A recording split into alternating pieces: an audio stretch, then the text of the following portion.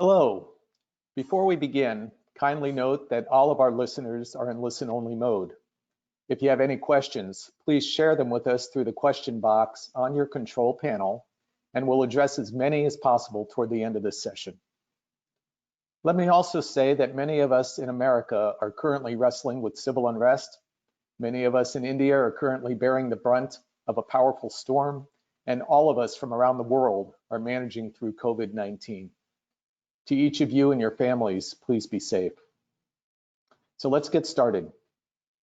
Hello, everybody, and thank you for joining us today for this webinar, which is hosted by Nexdigm with support from the Consulate General of India, Chicago. My name is Mark Lessem, and I'll be the moderator for today's webinar. As we speak today, governments and businesses are trying to find ways to minimize the impact of the pandemic on their people and their operations. Over the last few decades, global supply chains have become structurally integrated and interdependent. To achieve economies of scale, many global firms concentrated sourcing efforts in a single geographic region.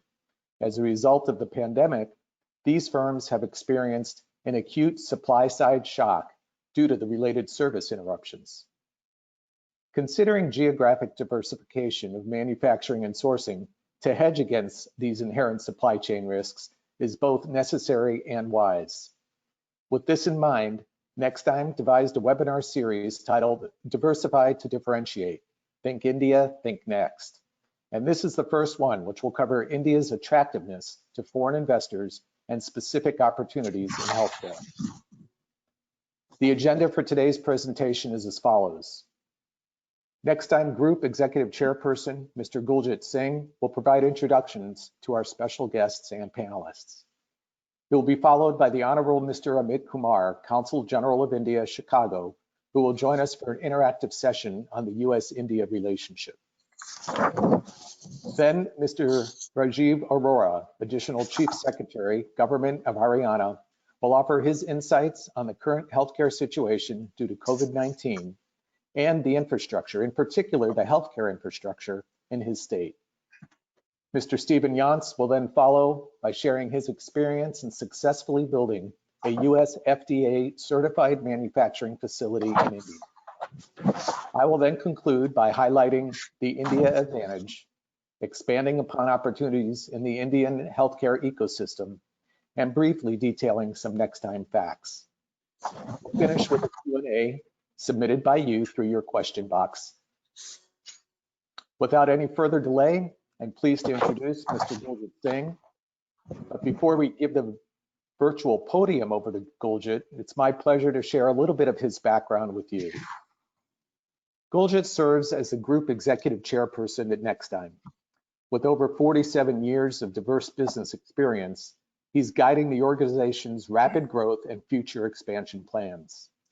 His key role involves enabling Nexdigm to develop a truly global organization, providing the necessary leadership and guidance in developing strategies and a governance model that's based on human values to become the employer of choice and a continued focus on customer satisfaction. Before he joined Nexdigm, Guljit was director and global advisor at a large US-based medical device manufacturer in the Chicago area.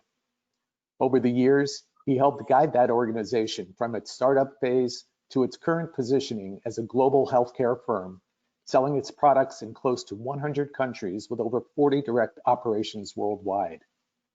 He has a proven record of delivering and sustaining progress while expanding in all geographic markets. He's traveled extensively to countries such as China, Mexico, India, Spain, Costa Rica, Ireland, Thailand, and Malaysia. An engineer and manager by training, Guljit played a major role in setting up 3 large businesses in the United States, Europe, and Asia, the last being a greenfield project, and that was the development of a manufacturing facility in the Asia-Pacific region, leading to the establishment of a world-class medical device plant, which he delivered in record time and on budget. Guljit has extensive experience in all aspects of running a global business, which include business and quality regulations, setting up entities, acquisitions, restructuring, marketing, legal, finance, human resources. I can go on and on. Guljit, We are privileged to have you join us. The floor is all yours. Thank you, Mark. Our topic for the day is diversify to differentiate. Once again, diversify to differentiate. US today is importing close to 540 billion of goods from China. This did not happen overnight. It is a history of the last 40 years in the making. Just today, my marketing head sent me an article entitled, "As COVID-19 Disrupts Global Supply Chains, Will Companies Turn to India?" How apt is for today's discussion. In the limited time we have today, let us see if our distinguished panelists can make a strong case. With this, good day and namaste, hello, salam, sat sri akal, shalom, bonjour, whatever you all like to be greeted, to our listeners around the world and to our panelists. If I missed any one of you, please don't be upset and fire a tweet. It is all due to my ignorance. Good evening to you, Honorable Arora, as well as I know you're joining this evening from India. For those of you who may not know, Nexdigm, formerly known as SKP Business Consulting, has been around for more than 55 years. It was only recently, effective April 1st, we rebranded and rechristened as Nexdigm, a combination of the word next, paradigm. Our celebrations were to happen on April 1st, but for the lockdown. We will definitely celebrate whenever I guess. Our first distinguished speaker this morning is Honorable Mr. Amit Kumar, Consul General of India in Chicago. Mr. Kumar is a career diplomat for more than 25 years under the Indian Foreign Service cadre. He has served on missions in countries across the world, including China, Japan, Germany, and Turkey.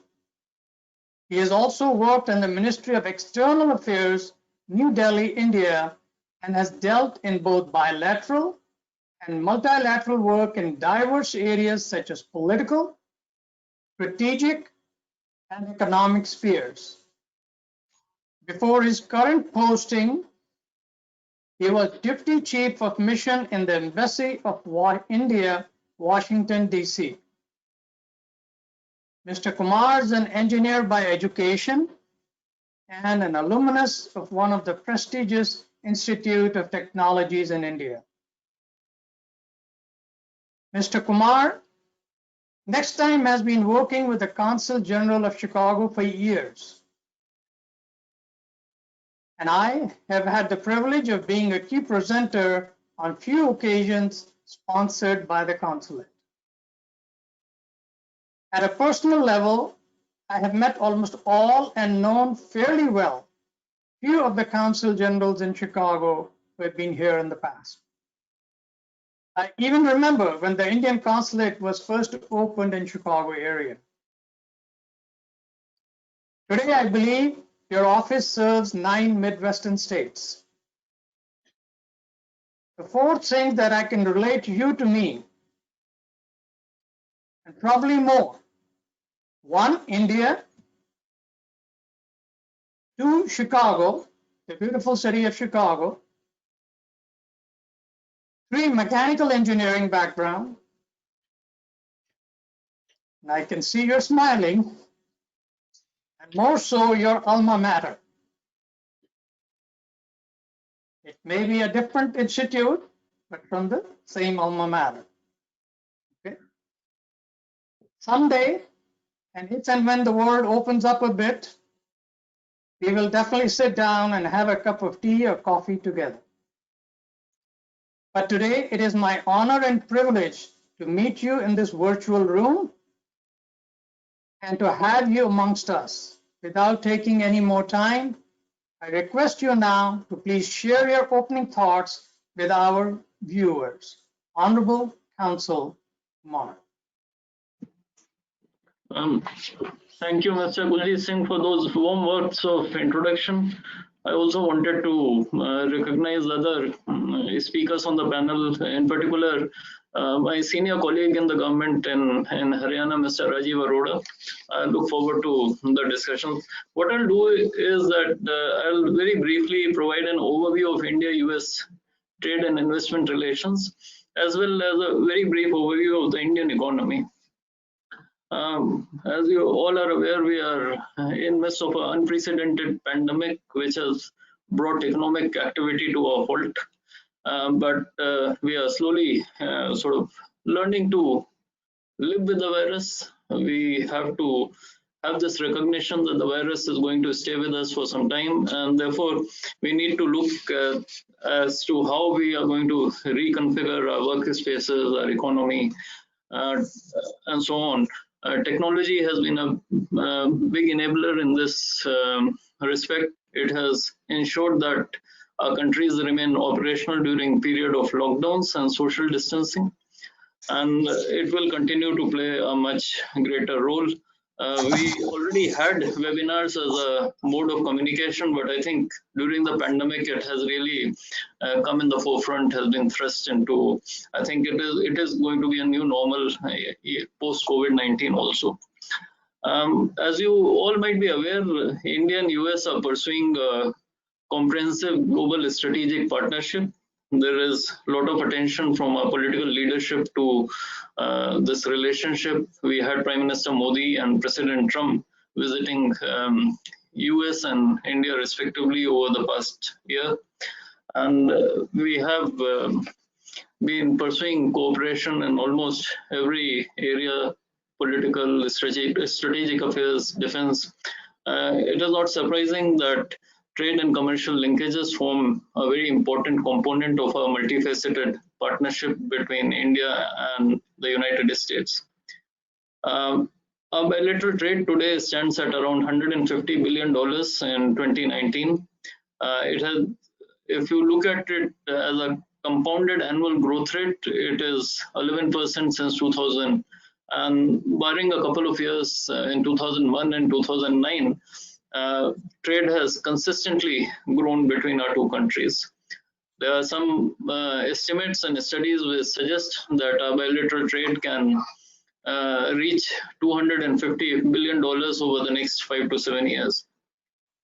Notwithstanding the challenges posed by COVID-19, I think it's important to recognize that the underlying factors which has driven strong economic growth in India, as well as propelled bilateral trade, remain relevant. And as we pick up the threads post or restart or jumpstart our economy, those factors continue to be relevant. Today, US has also become a today US in fact has become a largest trading partner, displacing China, and is a major destination for exports of goods and services. Our trade has, I think, been propelled by greater trade in areas such as energy, defense, manufacturing, and information technology. Civil aviation sector is a potential game changer in our bilateral trade.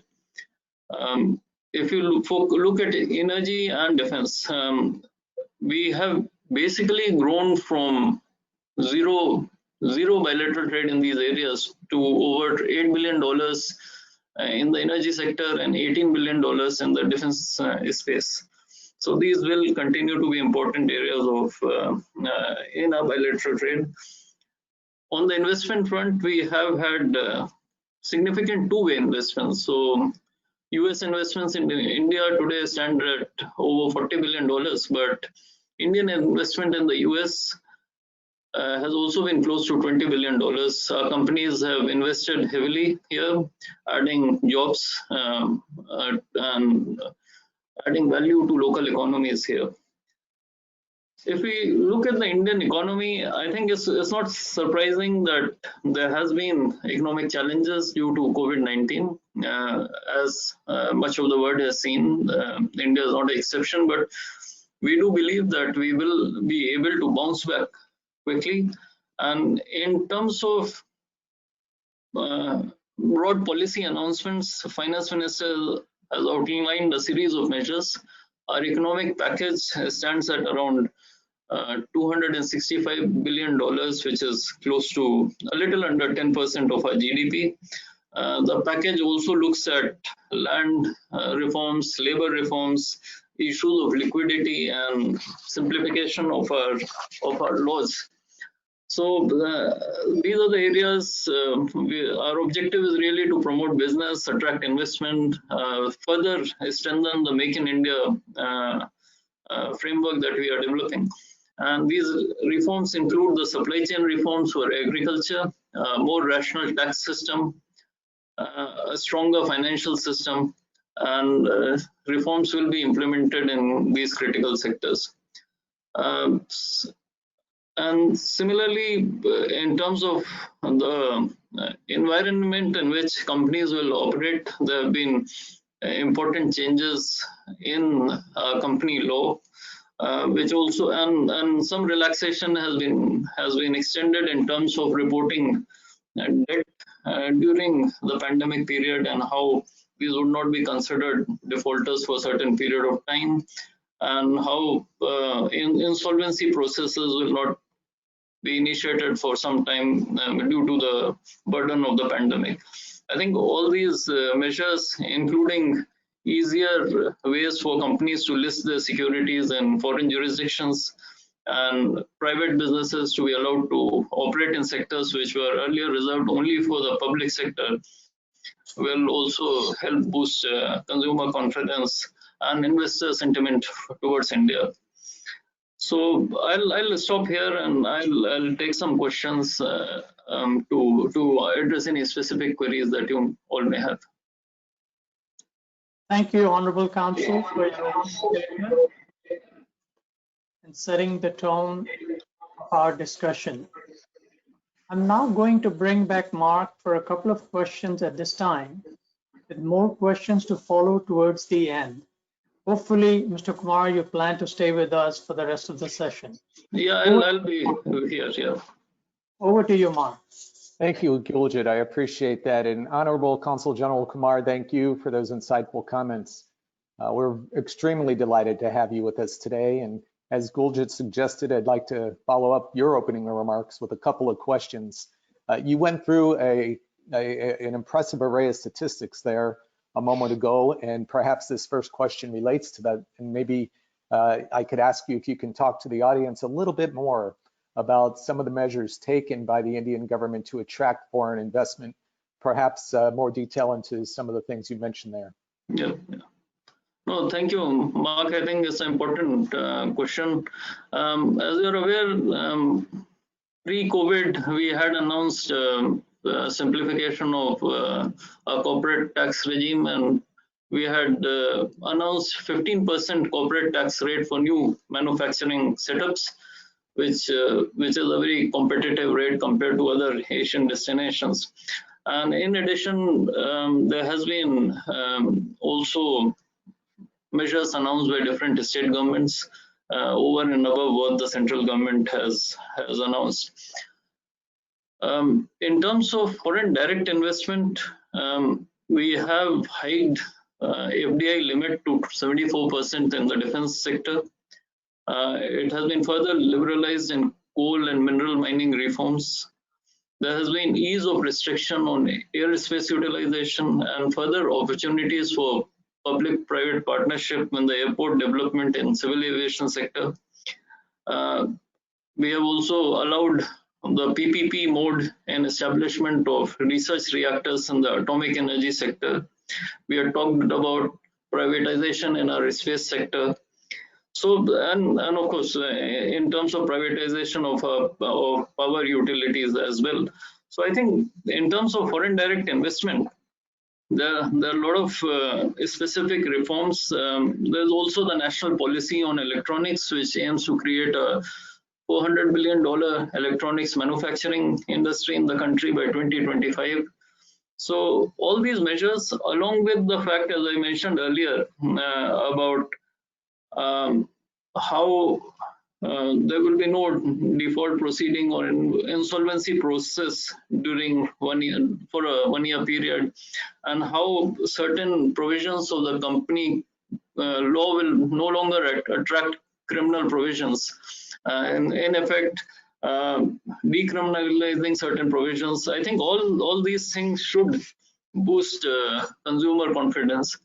I have mentioned about certain states taking additional measures. Gujarat and Maharashtra have always been in the forefront, so I won't talk about them. And Mr. Arora will talk about Haryana. But I would certainly want to stress here that several states which were traditionally not open to industry or relatively less open to industry have taken measures. In this light, for example, Uttar Pradesh has taken a series of steps to attract defense and aerospace corridor in the state, and I think this is a welcome development, and if implemented successfully, will be beneficial to the state.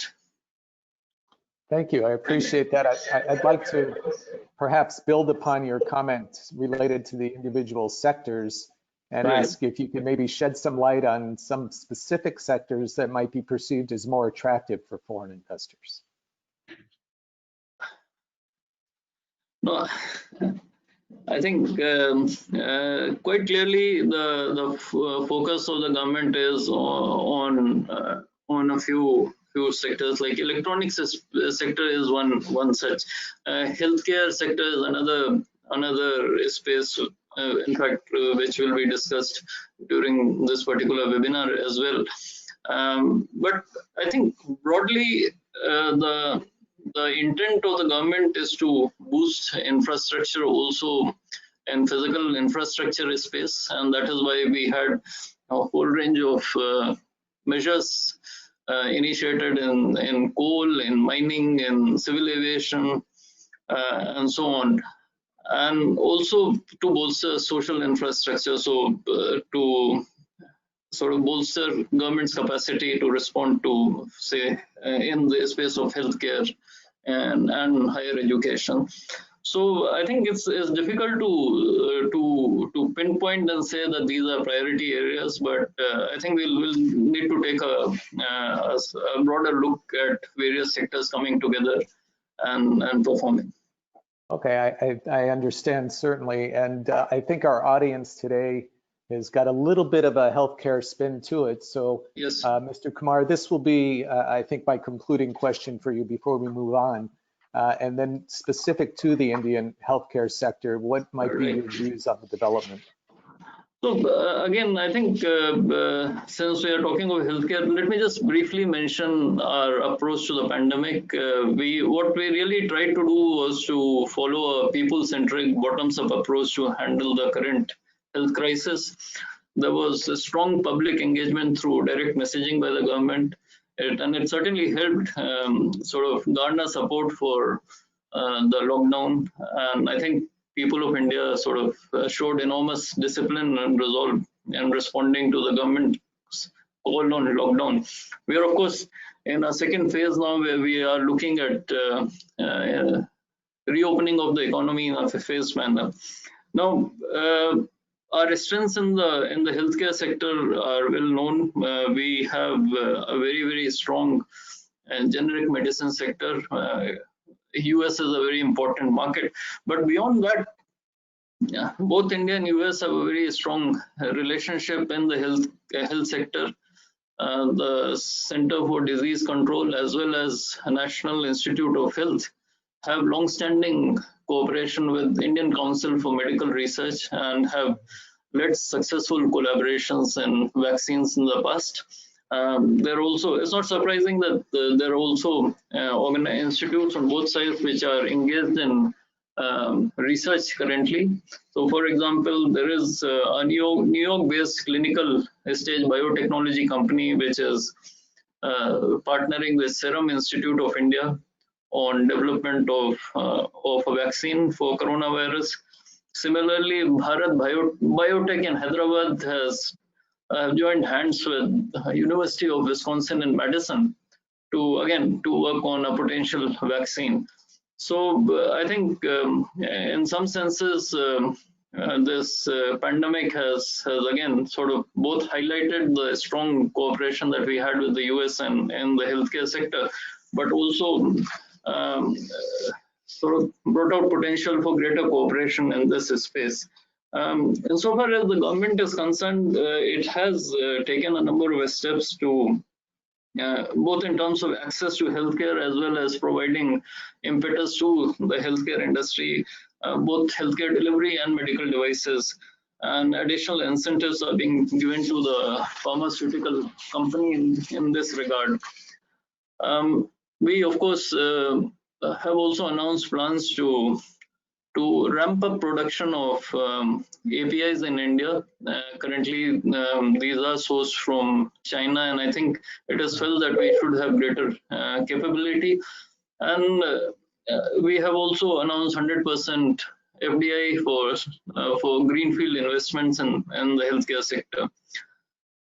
I think before I conclude, I'll just say that COVID-19 has also highlighted, because it disrupted global supply chains, and I think it has allowed us to take a step back and also examine and assess how global supply chains are structured today, and how over-dependence on one or two suppliers and critical projects and critical sectors like healthcare, medicines, pharmaceuticals, should be addressed.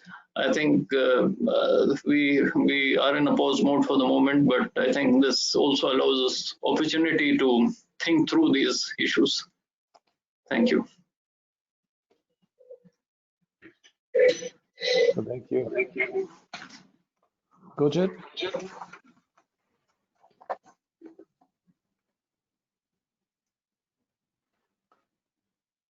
I'll go ahead and thank Mr. Kumar for his time and his valuable insights. Certainly very interesting and useful, and I hope the audience got a fair idea of the India story. I'd like to take the opportunity here now to invite each of those listening here today to select a single best answer from a poll question that we're going to ask you. This is your opportunity to engage a little bit. So I'll read the question, and if you can, take a moment just to please answer. The question is, in which of the following timeframes are you considering a presence or expanding your current presence in India? And again, please select one answer. This will be an opportunity for all of us to see what we are all thinking. And hopefully, if technology works across the ocean, we will be able to take a quick peek at some of the results and get a flavor for really what's in everybody's minds here as we discuss the whole concept of geographic diversification.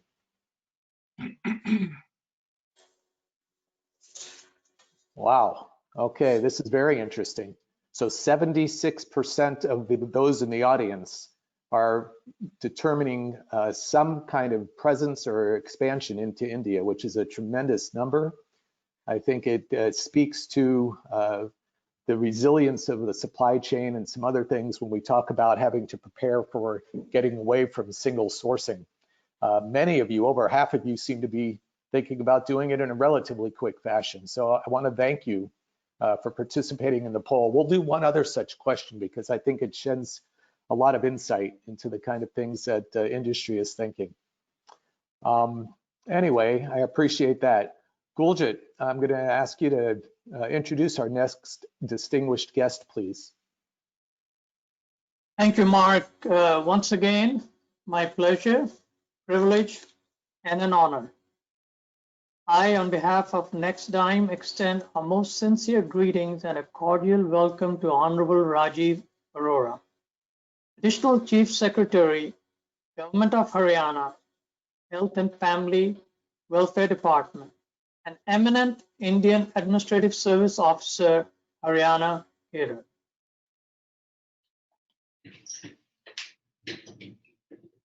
Mr. Honorable Arora is joining us from the great state of Haryana, India, this evening.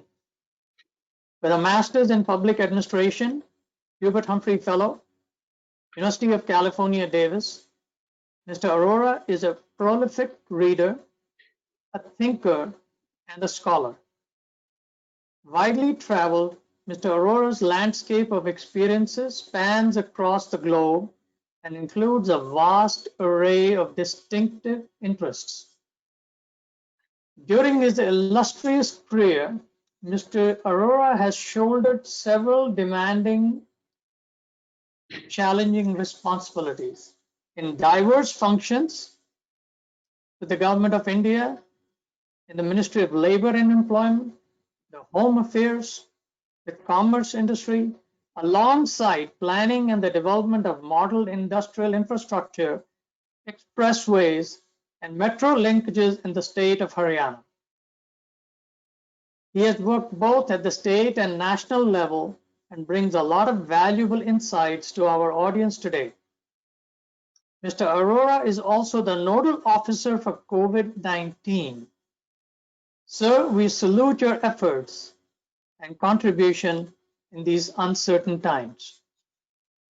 I have known Mr. Arora as a no-nonsense senior government officer and extremely helpful now for more than 13 years. His unending and unflinching support for setting up a state-of-the-art medical device greenfield manufacturing facility, a project I was involved more than a decade ago, is beyond description. The then Chief Minister's support, which I'm sure would not have happened without your backing, and your personal support were the key to the success at the time. I say this with a sense of gratitude and respect. I could go on and on with your commitments, concerns, and demands on your time. It makes me feel highly privileged, and I, on behalf of everyone, welcome you once again to our webinar. Without any further delay, I now present Honorable Mr. Rajeev Arora, who will share his thoughts with the audience, especially as it relates to the overall healthcare situation in India today, and share some insights on the infrastructure, and again, more specifically, healthcare infrastructure in Haryana.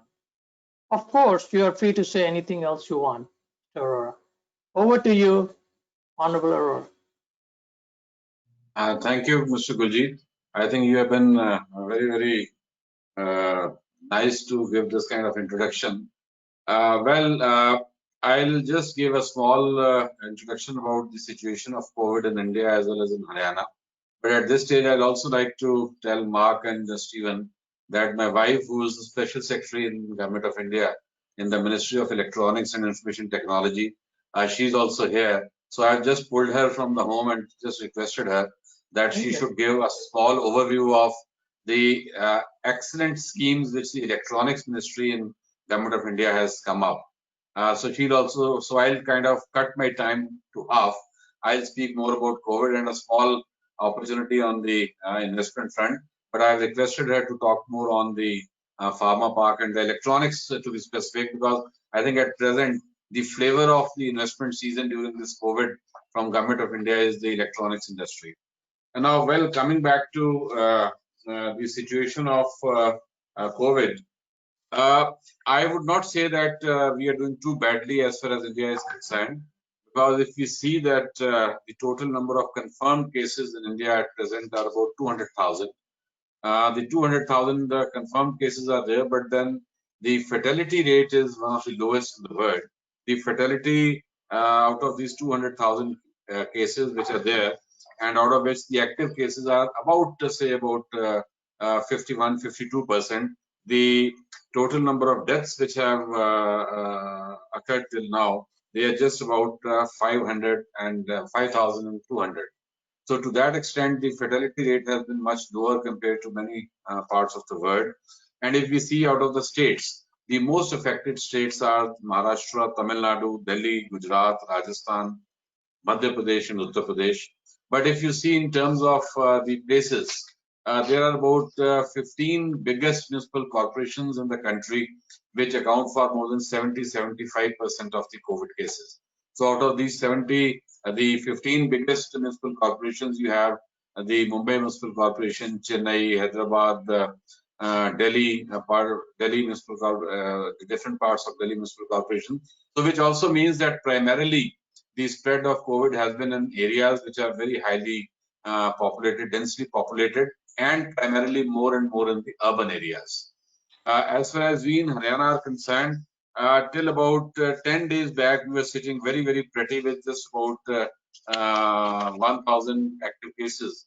But ever since the lockdown has been taken off in phases from 18th of May, so you know that those of you who are not familiar with Haryana, I would just like to say that we surround the national capital of Delhi on three sides. It's almost like the Maryland and Virginia kind of encircling the District of Columbia, except that here the District of Columbia, which is Delhi, is itself a very, very huge place having a population of about 12 to 14 million.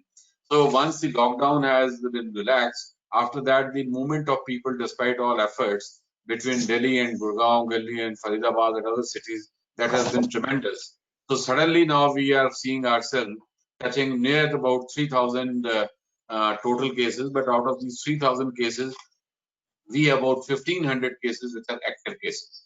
And out of these 1,500 cases, we have about 1,200 cases which are less than 10 days old. So which means that these are the cases which have come in the last 10 days.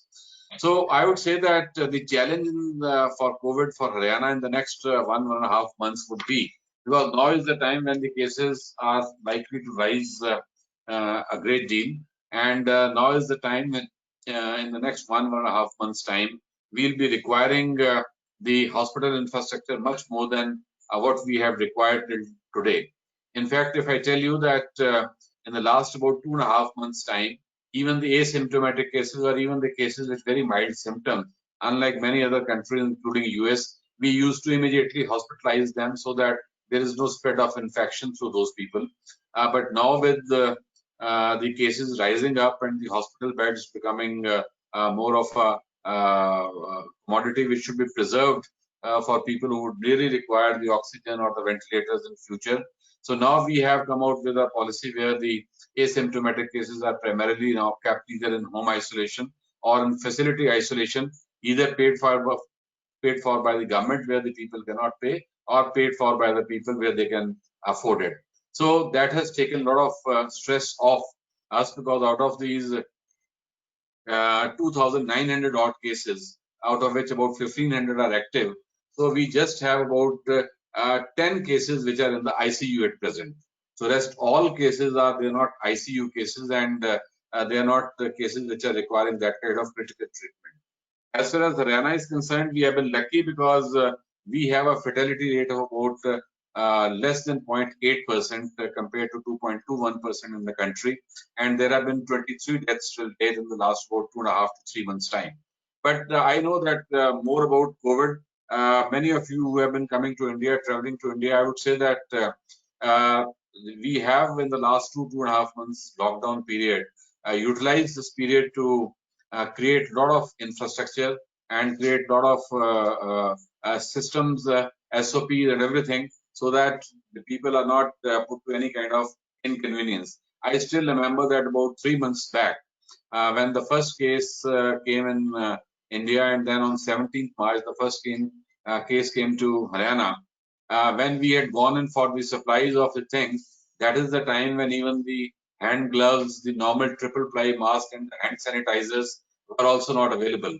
And if at all they were available at exorbitant cost, not to talk of the PPE equipment and the N95 masks and the ventilators and other things.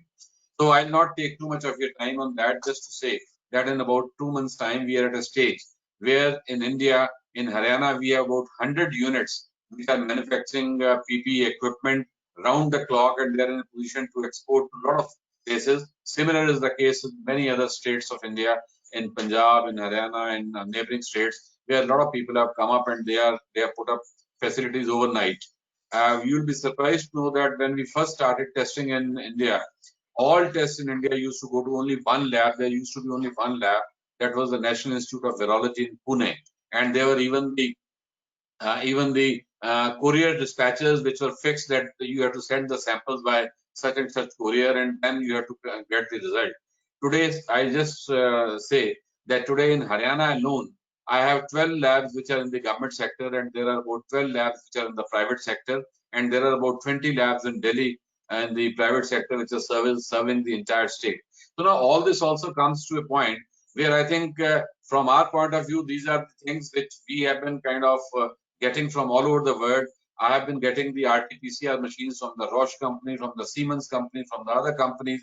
We have been getting all kinds of kits for the CBNet machines, from the TrueNet machines, for the COVID testing, cartridges coming from US, coming from Germany, a lot of other places, all kinds of equipment coming from different parts of the world. So now these are the things which I think every country feels that this is a thing where you have to have a lot of investment opportunities. So I would like to link with it that if each of the things I start talking about, each of the things is an investment opportunity in itself. Not that COVID is going to last forever, but then the question is that many of the countries have come to realize that if such pandemics they come in some way or the other, in some form or the other, then the country must have a basic manufacturing infrastructure which should be present, so that they should not be found wanting the time when such crisis strikes. So we have had ventilators coming from all over the world. We have had all kinds of things coming from all over the world. But then I would say that I was very happy to see that when you first asked for a opinion poll vote on how many people they want to invest in India, more than 76% of the response, the better response was that 53% of them said that they want to invest within 12 months.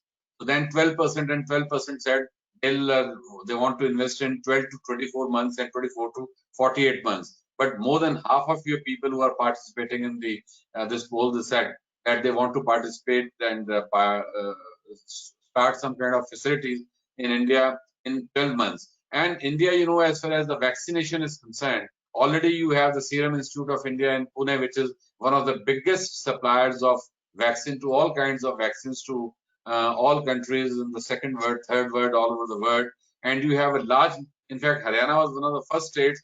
We had a Becton Dickinson medical devices company coming way back, about 25 years back, when I was director of industry. And I had Hollister coming back, say, about 11 years back. So you have a large number of such companies which have already put in those kind of facilities. But the kind of expansion which should have taken place, that has not taken place. And I would say that healthcare sector, end to end, starting from the consumables, starting from the capital goods, starting from medical education, starting from health infrastructure, erecting hospitals, starting from the partnerships which are there between the hospital infrastructures between the two countries, again coming back to the service sector, giving the health insurance and other products. So all these things are the ones which form tremendous opportunities for foreign direct investment as well as for the investment by the Indians. And one good thing is that healthcare industry in India is fairly well developed, whether it comes to the pharmaceutical sector, healthcare sector, insurance sector, all parts of this entire supply chain. You have a large number of Indian developers who are there, who can be a potential JV partners, who can be partners, who can be your local partners, and a tremendous amount of population which is already there to get the output of these. Now I'll stop here, and if you all agree, I'll just request my wife, Mrs. Jyoti Arora, who is Special Secretary Electronics, to just give a small brief on the electronic sector in the country. Thank you, Mr. Arora.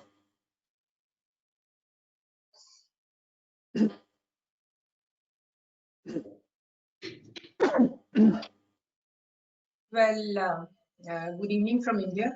I only know that Rajeev was talking in the evening that there is a VC where probably Many investors from health industries are participating.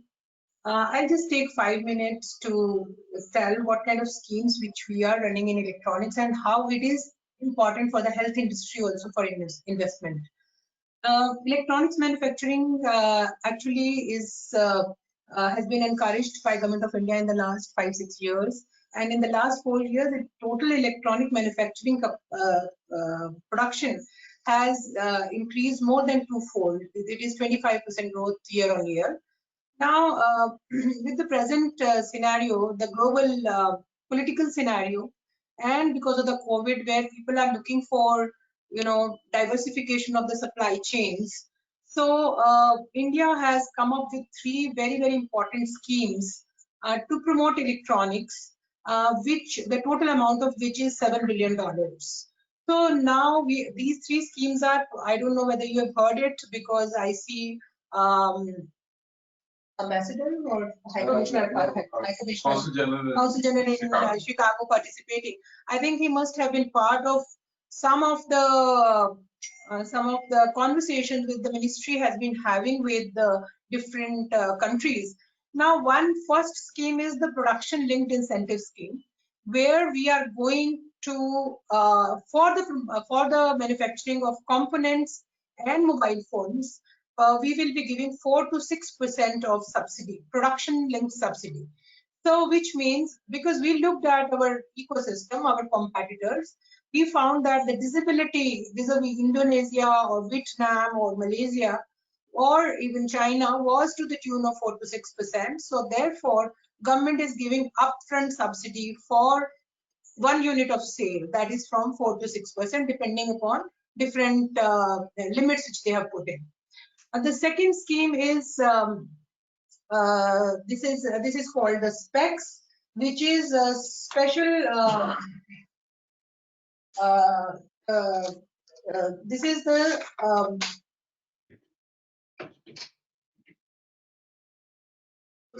this is the spec scheme where we are giving this is scheme for promotion of manufacturing of electronic components and semiconductors. Now here we have identified, because we feel the maximum value addition comes from the components, whether those components get embedded into mobiles, whether those components get embedded into the medical electronics or any other kind of electronics. So for that we are giving 25% subsidy on plant and machinery, which comes to a huge amount. And the third scheme which we have come up with is making of electronic manufacturing parks, where we will be giving upfront facilities where there would be ready-made sheds also and housing for the labor. So it's a ready to move in kind of a facility, plug and play.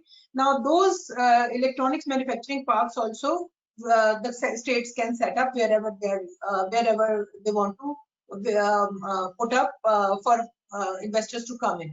Apart from that, we are having conversation with the states where they have already existing facilities. They are going to geotag that facility, put it on their website, so that if an investor wants to come, let's say from USA, and wants to set up immediately, so that plug and play facility wherever is available will be given on the website of the state itself.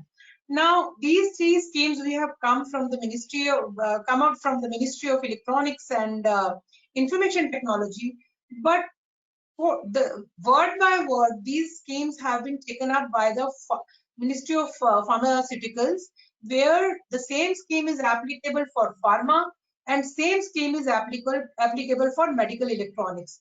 That is, they are coming up with scheme of setting up of pharma parks, coming up for scheme for setting up of medical electronics, and also giving production linked incentive.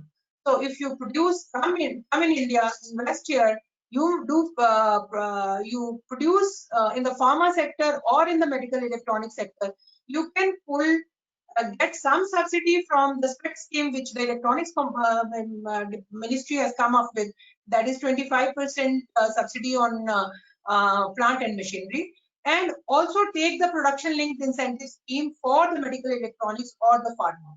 So these are a menu of schemes already on the website, and the guidelines have also come. In fact, our Minister of Information Technology and Electronics, Mr. Ravi Shankar Prasad, actually had a curtain raiser event yesterday where I think there was a global participation for advertising these schemes.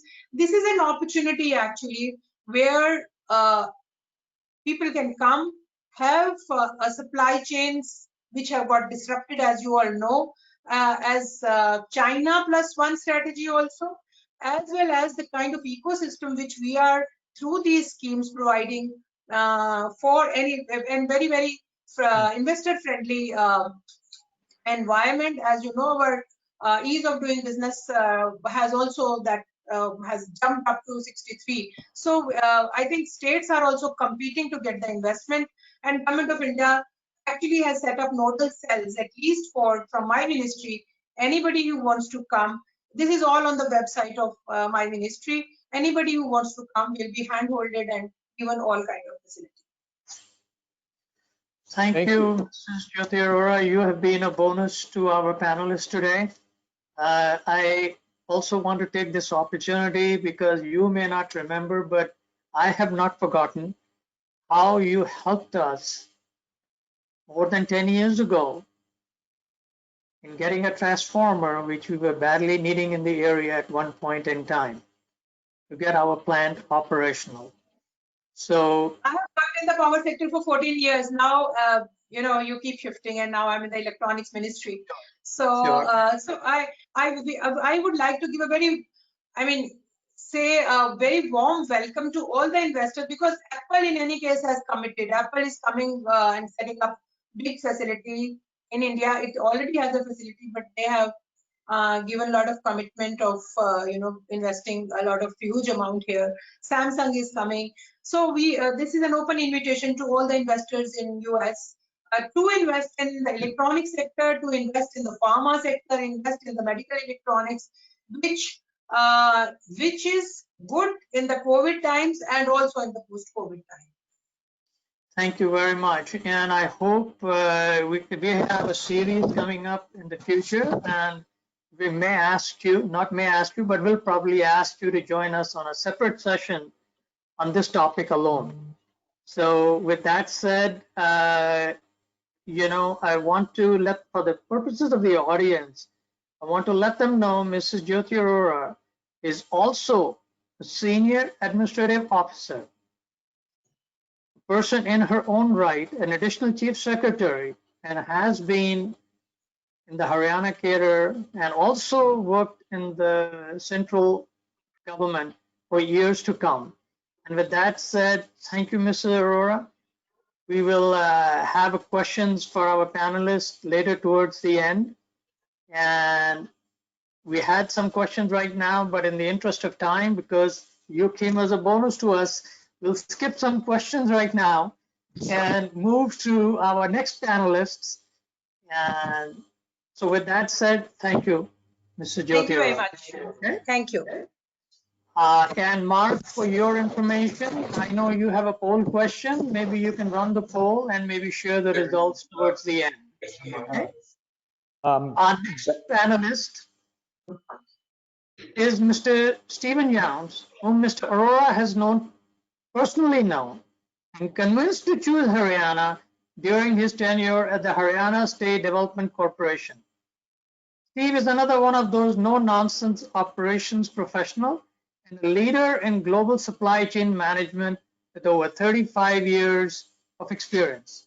His work includes setting up manufacturing and distribution facilities, establishing and managing complex supply chains, and developing global sourcing networks for raw materials and finished products.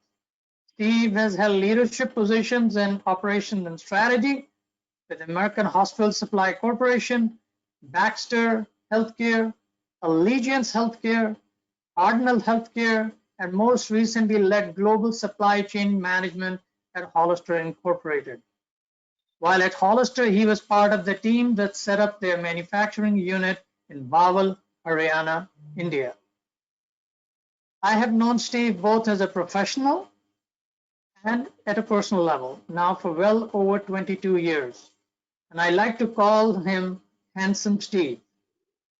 I'm sure you all are eager to hear his personal experiences on a professional business project, as the case may be, good and not so good, all wrapped in one of doing business in India. Over to you, Steve. Good morning to my co-speakers here, all our listeners in the US, and a good evening to everyone listening from India. I hope everyone is keeping healthy and staying safe. I am here today to share my personal experiences of setting up a manufacturing facility in India and illustrate how India became a long-term success story for Hollister Incorporated. While employed by Hollister Incorporated, I was tasked with the process of identifying the location for a new manufacturing facility located in a more cost-efficient region.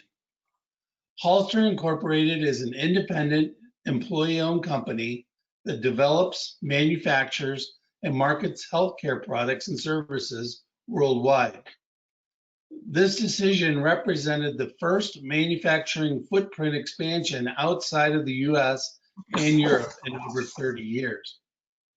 To be successful, we needed a partner to assist with the business entry strategy and the process to set up a US FDA-approved manufacturing facility in India.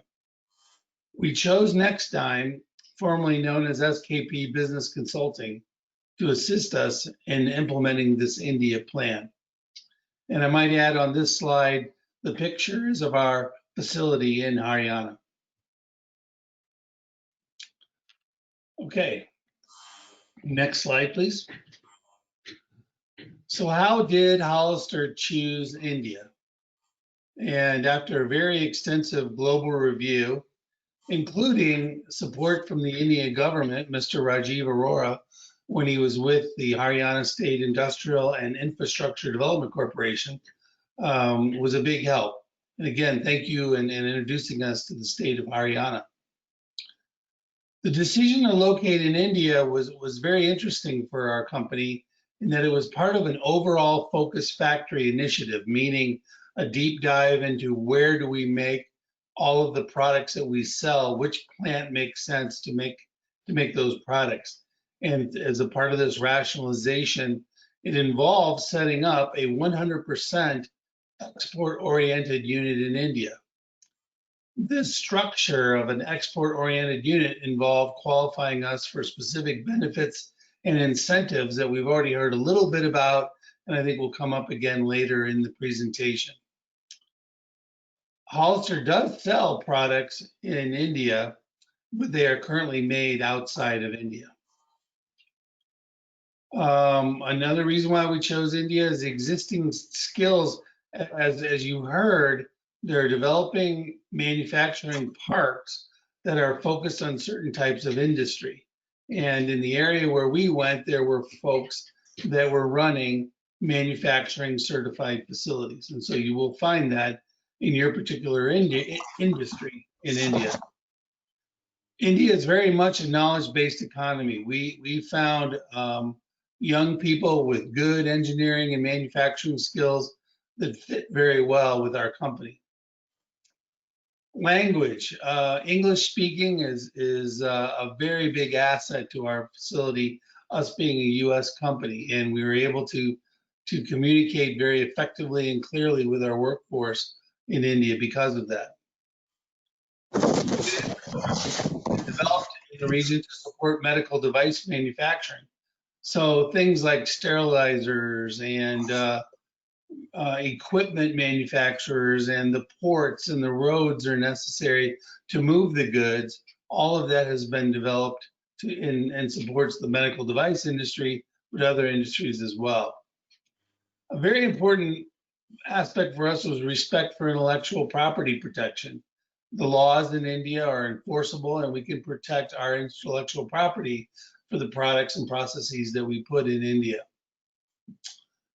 And then lastly, the world's largest democracy. So in India, you will see the same values and political type process that exists in the US. And for the future, you have a huge customer base and growing middle class that over the next future years will be a big, powerful combination for companies doing business in India.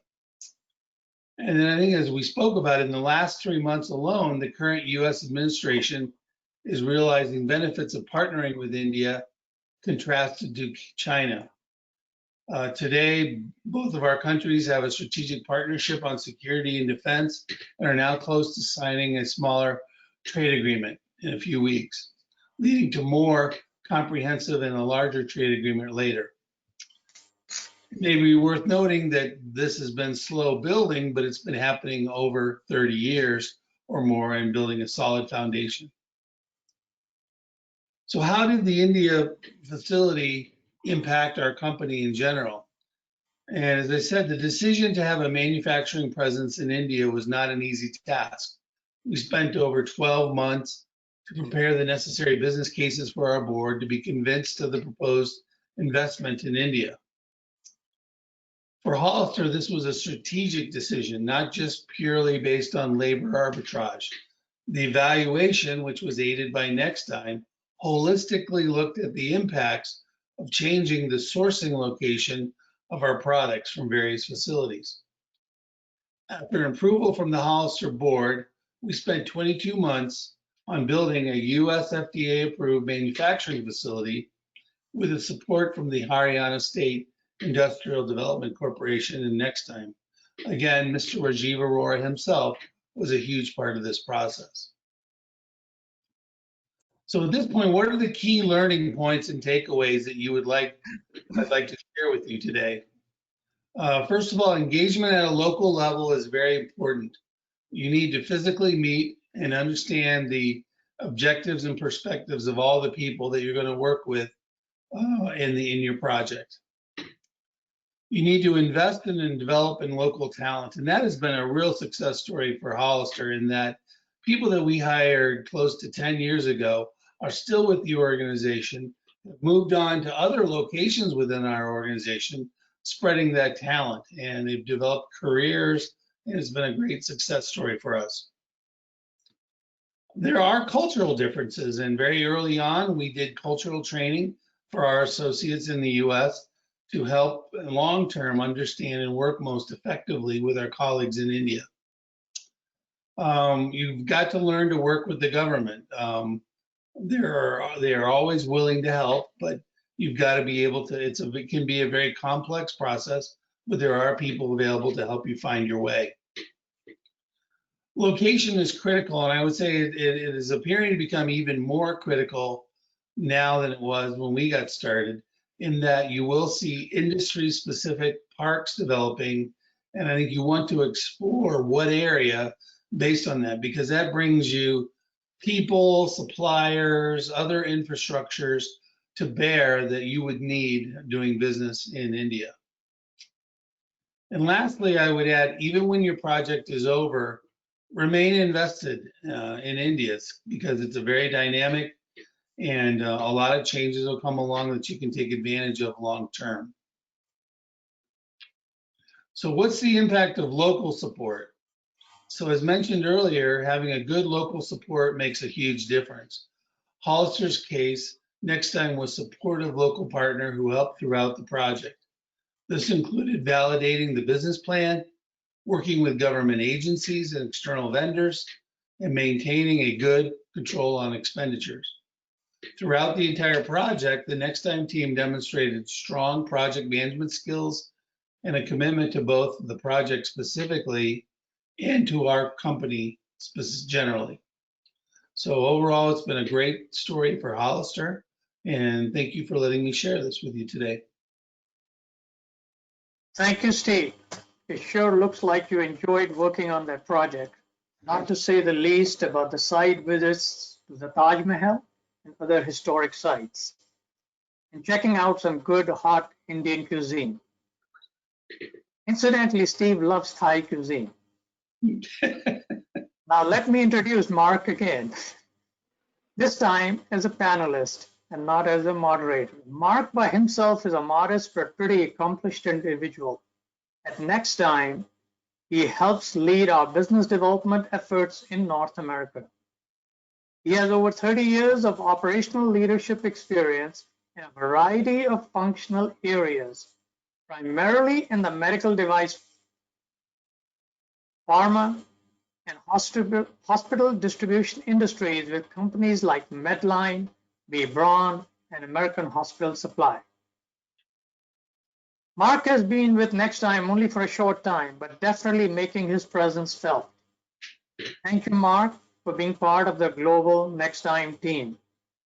Mark will talk to you about the India advantage from a business perspective and share some facts and statistics. Over to you, Mark. Thank you, Guljit. It's my pleasure to be part of the team. And I want to also recognize the fact that we were blessed to have a surprise visitor, and we were had a good opportunity to learn from her. So I'm going to take a few minutes here to focus on India, its healthcare ecosystem, and Nexdigm, and ask my colleagues to catch up to me here. So we're going to move to this slide, and as the figures on the left demonstrate, it's really impossible not to be impressed by India's sheer size. It firmly stands as the 5th largest and one of the fastest growing economies in the world. In all probability, India is going to be the 3rd largest economy in the world by the year 2030. Also, it's worth noting that India's pool of natural resources and its geographical advantage position it favorably as a springboard into Asia. This has been amplified, of course, by the recent pandemic as the need for geographic diversification is top of mind. Additionally, India, as Steve mentioned, offers a highly proficient human capital base of over 600 million that's recognized for its skills, its knowledge, and talent. Probably important to all the investors here is that India's stable financial, judicial, and political environments provide comfort so that the businesses can count on scalability and growth. Now, on the right side, you'll notice that there's been some recent investment, and it's worth pointing out that some of those investments were made by very well-known US companies. In particular, Walmart invested over $22 billion through Flipkart and some other ventures. Amazon, over $10 billion. Facebook invested almost $6 billion, along with $750 million from Silver Lake, just in the last 3 weeks alone through the JioMart deal, which was valued at $65 billion. This shows India's attractiveness even during and despite the current pandemic. So while these are broad advantages that India holds over other areas, the healthcare sector in particular may be more intricate and have more opportunities to offer. So I'd like to review a couple of statistics there. We heard from Steve a moment ago about Hollister's successful entry into the Indian economy. They approached the decision, as he spoke about, from the perspective of being a multinational company with a focused factory initiative to provide world-class products globally. This is somewhat analogous to India's pharma sector, which is almost the same size as that of China, and which is the largest supplier of generic drugs to the United States. However, many firms may want to invest into India to serve the large and affluent Indian population. So I'd like to touch on a couple of comments related to that approach. India's healthcare sector is large. In fact, as you could see, over the next 5 years, it's expected to more than double to $400 billion for a very impressive compound annual growth rate. The private sector has emerged as a vibrant force in India's healthcare industry, accounting for almost 74% of the country's total healthcare expenditures. One additional very compelling statistic is there's going to be an expected $200 billion investment into the Indian medical infrastructure by the year 2022. Now, the healthcare sector is comprised of healthcare delivery, pharmaceuticals, med devices, and diagnostics. It's been attracting sustained foreign investment for the last 2 decades due to its strong fundamentals and its untapped opportunity available to the healthcare companies, many of you. Reasons for this compelling growth include the rising awareness, increasing disposable incomes, the expansion of both private and government healthcare coverage, which then results in more affordable and accessible healthcare services. To give you a macro perspective, Steve spoke about clusters or medical parks. On the right side of this slide, we've identified the major pharmaceutical and medical device clusters that India has to offer. The plant Steve built is in the northern state of Haryana, and that's shaded in gold color there. So there's quite a bit happening on the next slide, so allow me to navigate just a little bit. And if we look at the far right impact points, we can see some of the things that have previously discussed by all the panelists that are driving the center section, our growing healthcare sector. Because of these impact points, the industry is registering strong growth and is expected to continue due to factors such as increasing prevalence of lifestyle-related ailments, the changing demographics we spoke to, rising life expectancy, and the like. Growing consumer awareness, increasing income and affordability is resulting in higher demand and utilization of healthcare services. Now, due to the growth in demand in this sector, the government has made it much more attractive for healthcare investment. New and expanded facilities are a common occurrence, and bed count, in fact, is expected to increase to about 2.9 million beds by the year 2025. And previously, Mr. Kumar and Mr. Arora spoke to some of the government incentives. Companies with a strong product pipeline, wide hospital reach, and quality infrastructure are going to have an edge over others and will be in much better position to capitalize on their intrinsic value proposition.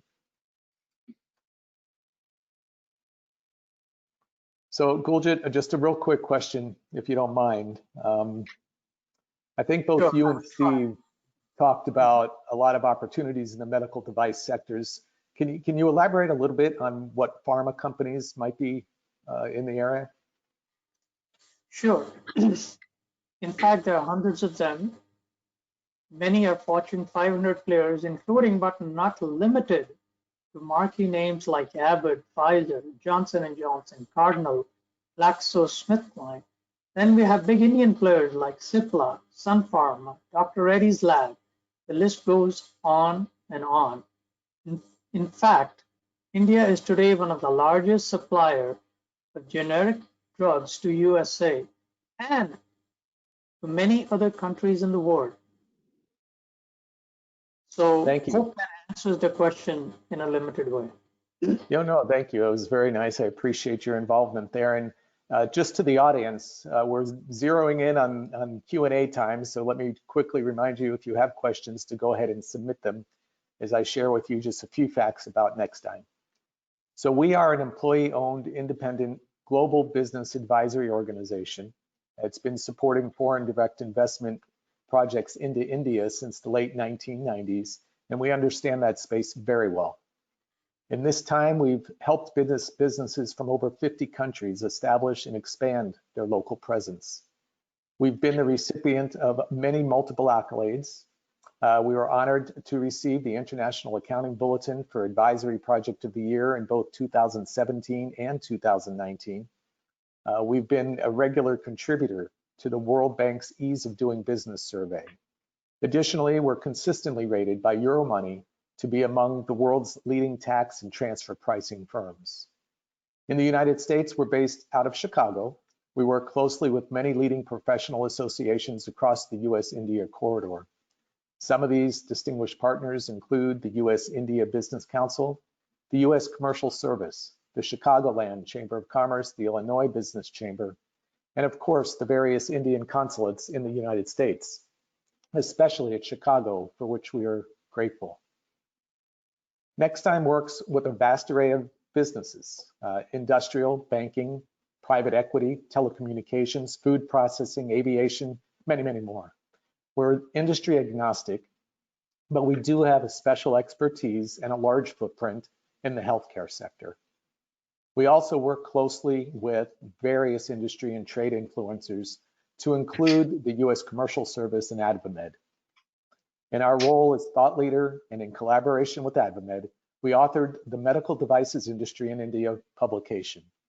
We also published a special report on India's National Health Protection Scheme, and we presented growing opportunities in affordable healthcare in India at AdvaMed's MedTech conference in September of last year. We provide multifunctional and digital capabilities across business consulting, business services, and professional services. We provide both public and privately held firms with integrated solutions navigating their complex challenges. So with that, we complete the formal part of the presentation, all speakers and myself, and we'll move into the Q&A. And I see we have a couple of questions, and I'll address the first one to Mr. Arora, and it's specific to Haryana, and saying that Haryana has emerged as a popular destination for medical tourism. Is the state government formulating any specific policy to harness this potential?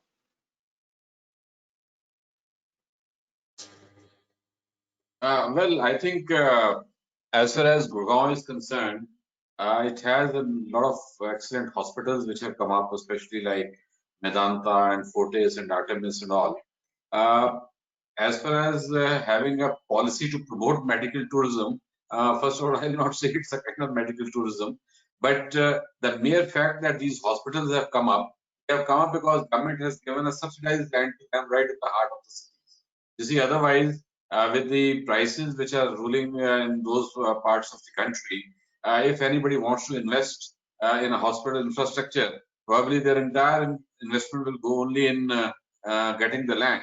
So the government was very conscious of this fact, and they gave them land at concessional cost, of course with certain conditionalities, that once the people who have been given land at concessional rates, they will have to treat a particular percentage of people who are the below poverty line free of cost. So those things are there, but then government helped them create that kind of infrastructure. That is what is the main thing, and I'm sure that in future also, if those kind of opportunities come, government will definitely try and promote that kind of infrastructure in other parts of the state also. And I think after this, there's another thing which the Haryana government has already decided, that they want to have one medical college in each of the districts of Haryana. So we have at present 22 districts, the counterpart of your counties. So we have about 22 districts in Haryana at present, and we have about 10 medical colleges in private and government sector. But in the next 4 or 5 years, we are expecting another about 15 medical colleges which are going to come up in Haryana. So that again, now as you know, that each medical college has to mandatorily have a 500-bedded hospital. And the government of India through the Niti Aayog also says that there should be a public-private partnership. If an existing government hospital is there and a private sector medical college wants to come, like in Faridabad, what we have done is that there is a foundation, there is a NGO, Amrita Mai NGO belonging to Kerala. They are the ones who are putting up about 1,500 bedded hospital in Faridabad, and they did not have a medical college in Faridabad, and since they were not having the hospital, so we have offered our own hospital as a medical facility to them till their own hospital comes up and the students can utilize that. So this kind of PPP partnerships are there. I would say that all kinds of possibilities are there. The government is open to all kinds of possibilities. You first of all, we must know that what kind of support you are looking at. So those kind of supports can always be kind of discussed, and one can move ahead on that. Thank you very much. Can I interrupt here for a second? Of course, of course. I know Mr. Rajeev Arora has some emergency he needs to attend soon. So if you can limit him with one more question before we can allow him to leave, and hopefully Mr. Amit Kumar can still stay with us for a few more questions. Okay. You got any more questions for Mr. Arora? I have one more question that I think maybe would be worth addressing, and it's a very global question, Mr. Arora, if you'll bear with me. The question is, why should India, this will be a nice way to say goodbye, why should India be the preferred investment destination in Asia? And what might be the key reasons to invest in Haryana? I think first and foremost, as Jyoti also said at that time, that most of the companies are looking for China plus strategy also. And when it comes to China plus strategy, I think this is again one of the destinations there. But if you ask me one reason, the one reason I will give is the kind of educated manpower which is available in India.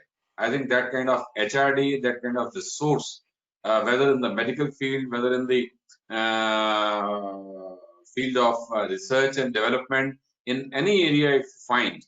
And I think with a lot of localization taking place in the global economies.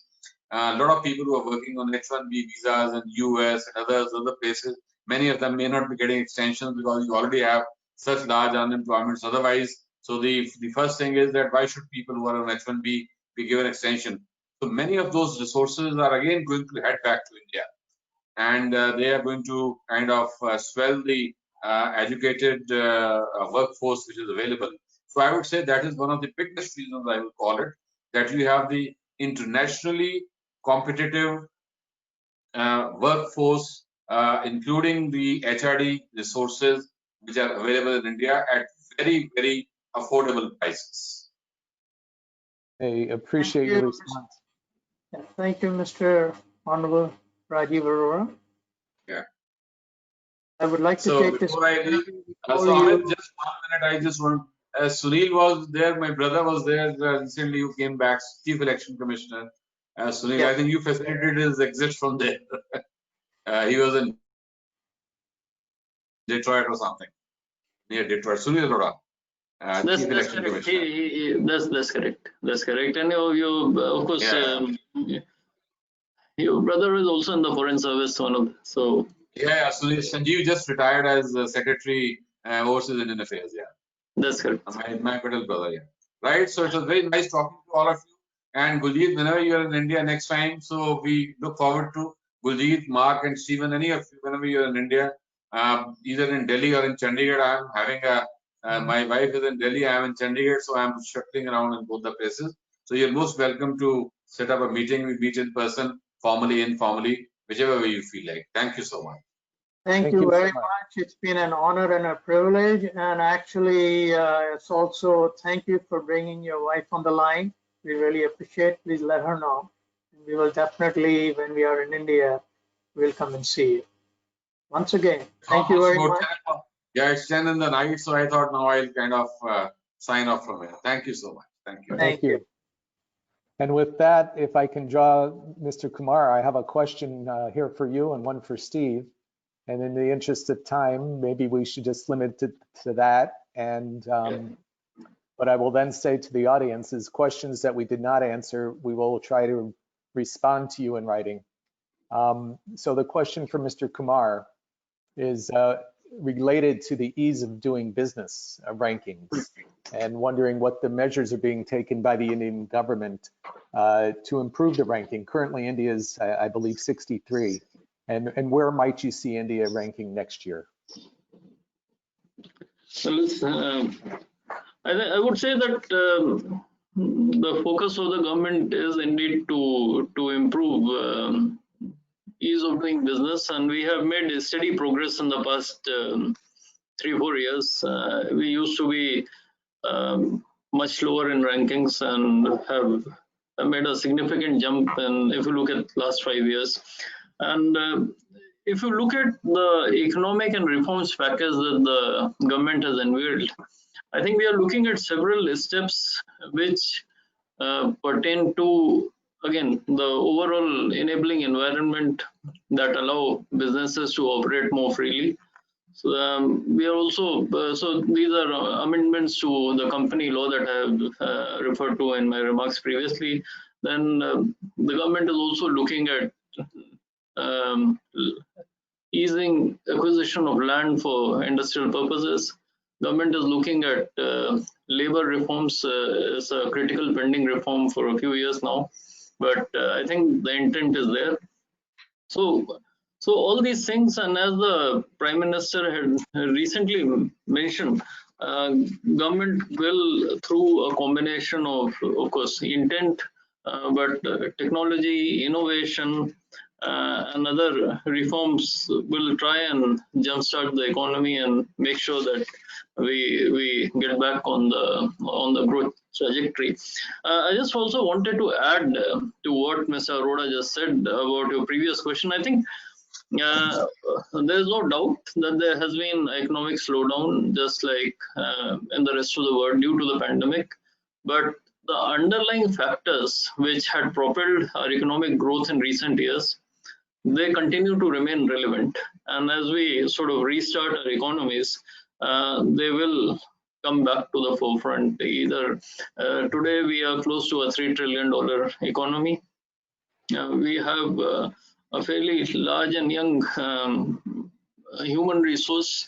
Of course, as economies evolve and the structure of economies evolve, we also need to pay attention to the training part of it, and we have to be up to speed in terms of in both in terms of skilling and retraining, because the job requirements in the future will be different from what they are today. So we need to do a bit of perspective planning in that regard, and also focus attention to that aspect. But overall, I would again underline that the factors that propelled our growth in recent years, by and large, continue to be relevant, and it is government's effort to further improve the enabling environment to make it more easy for private business to operate. I appreciate that. I'm going to triage one last question to Steve, because we don't want you feeling left out, Steve. Right. So the question, I'm going to summarize a couple of questions into one here, and it's why do you think it's important to accept more and expect less? Well, I think, Mark, that as is true of any cross-cultural interaction and entrant into the India business landscape, needs to be prepared for considerable differences in working styles. And I think that while setting up a business in India, the mantra of accept more and expect less truly helps businesses ease into the differences and leverage the true potential of their diversification effort. So I think some suggestions for investors in our audience are: be flexible in your business engagements while setting yourself up, that what you thought was going to be the setup may be different once you get done with it. It can take time to achieve full utilization and resource efficiency since there are learning curves and adapting to the processes in India. So be flexible, don't give up. Once the business is established, make sure you review your progress regularly. You stay on top of how it's performing and ask questions and make sure you're satisfied with what's going on. I think adapting your approach to the changing environment, but yet remaining focused on achieving your goals. So don't abandon what your expectations are, but be ready to adapt. And I really, really think the last point is be patient. So it's going to take, like growing a flower, it takes time to water it and take care of it. But I think that's the last big tip, is be patient. Okay. I appreciate that. I think the themes of being adaptable and flexible played themselves out right here in our webinar today. We ran a little long.